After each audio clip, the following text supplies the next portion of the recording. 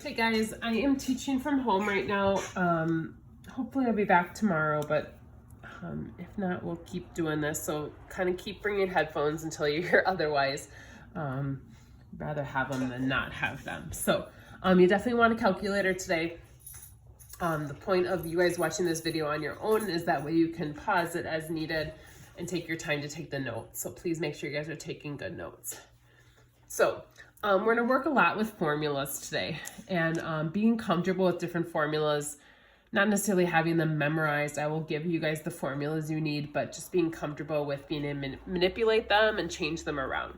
So for instance, this isn't a real formula, R equals AMS, so grams. But we're gonna evaluate this and they give us values. The AMS, even though they don't write it, we assume that those are being multiplied together. So the little dots aren't typically written just to save some space, whatever, or time or whatever. It's telling us to multiply those. So the A is 5, the M is 6. They're giving us this information. The S is 1/2. So 5 times 6 is 30. Half of that is going to be 15. So we just evaluated that using what we know about order of operations and multiplication. So one of the formulas that's used an awful lot is called simple interest, and that's I equals PRT.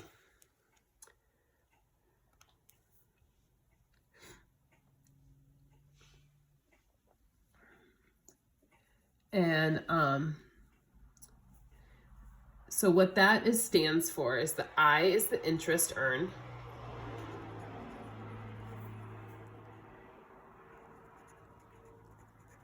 P is called the principal. And what that is, I think it's AL, it might be EL. The principal, that's the amount you start with, so the amount you're putting in. The R is the rate as a decimal. So if they give you a percent, remember we move the decimal 2 places to the right or left to make it a percent. And then T is the time. Now, a formula like this, I will not have you guys memorize this. I would tell you it. And I think for the most part, the book tries to give you those as well. And so a lot of these are just substituting things in. So use I equals PRT to find I. When P, they give us all these values. So we're just substituting this in. And again, just like our RWM's formula up here, we're just multiplying these numbers together. So the rate is already a decimal. If we want to change that back to a percent, it'd be like 1.25%, but we like it as a decimal. And then time is just 1, so it's not even really necessary. Now multiplication can be done in any order. So if I chose to multiply this another way, you wouldn't be wrong. I just wanted to put it in the order you see it in. Just be careful about your decimal places. So we find out the interest on this $40,000 we invest at this rate for 1 year or whatever this happens to be, it'd be $500 would be our interest. So we'd make $500 by putting the money in this account and not doing anything with it. I believe this formula has to do with maturity, I think is what that stands for. My book isn't handy right now, so I'm just gonna keep going with the video. So now this time they want us to solve for R. So this is gonna require a little bit of algebra as we do this. So my M is 8,300 equals P is 8,000, parentheses 1 plus R, I don't know, times T.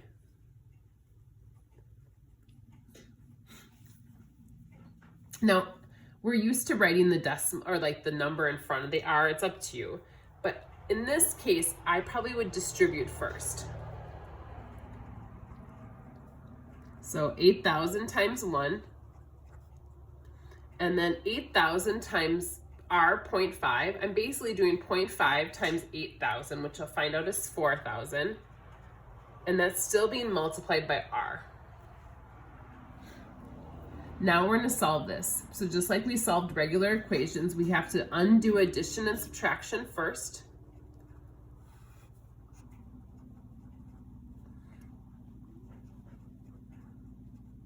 And we're finding a rate. So remember, the rate up here was this tiny little decimal. It's okay that our rate is gonna be a decimal. So if that's kind of freaking you out that you're seeing that this is gonna be a small number, like less than 1, that's okay. Don't think you're doing something wrong. A rate typically is a pretty small number. So we got our R is 0.075. So that says a decimal is fine. If I change that to a percent, that'd be a 7.5% rate. And that makes sense. I mean, an interest rate wouldn't be something like, I mean, that's a really high interest rate actually.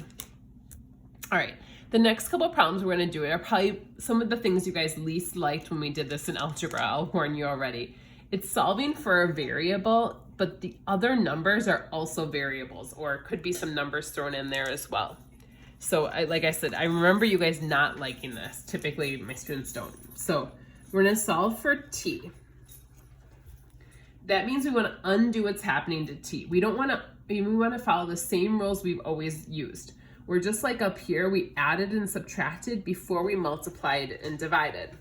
So I wanna move this 12 away because I wanna get t all alone. Because it says to solve for t, I wanna get t alone. So I'm gonna add 12. Now I don't know what s is, so I'm just gonna write s plus 12. Those aren't like terms, so I'm just gonna write it that way. And then kt. Now k and t are being multiplied. We assume that's multiplication. Again, I'm trying to get t alone, so I wanna undo what's happening to t.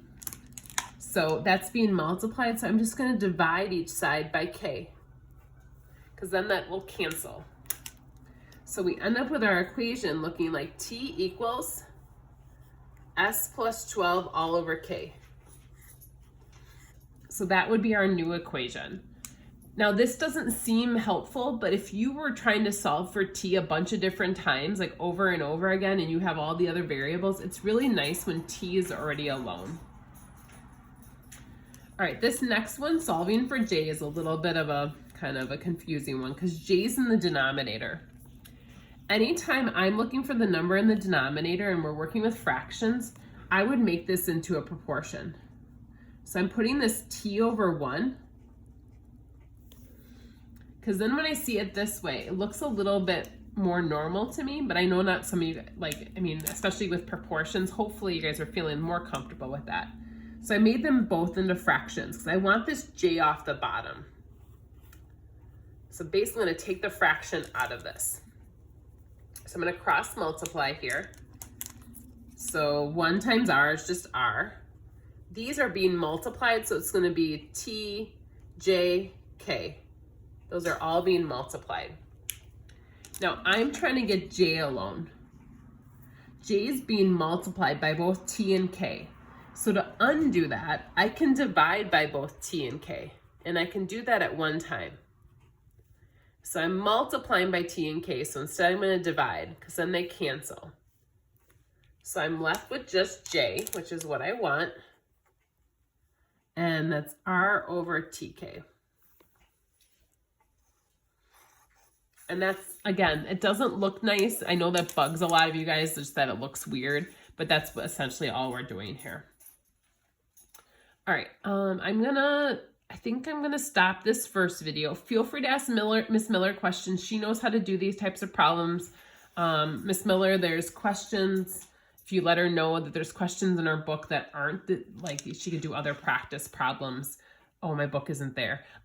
She could grab an algebra book if she wanted to. So, or she can just make something up. So, feel free to ask her for help if needed. I'm going to stop the video now because it takes my phone, like it's hard for it to upload long videos. So I'm going to do like little 10-minute videos, and we'll do the backside of the notes in a second.